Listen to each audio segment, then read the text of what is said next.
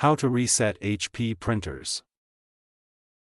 Step 1. Basic power reset. Turn off the printer and unplug it from the wall, wait 60 seconds, then plug it back in, turn the printer back on.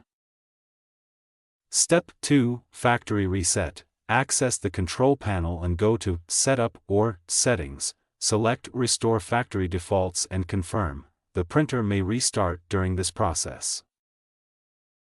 Step 3. Network or wireless reset. Go to Wireless Settings or Network Settings, choose Restore Network Defaults and confirm. This clears all saved network info.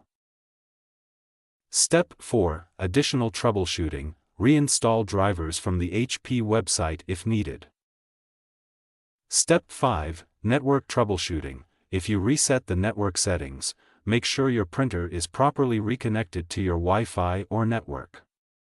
You may need to reinstall the printer on your computer or mobile device. Step 6. Reconfigure settings. After a factory reset, you may need to reconfigure settings such as wireless connections, paper size, and print quality preferences. Thank you for watching.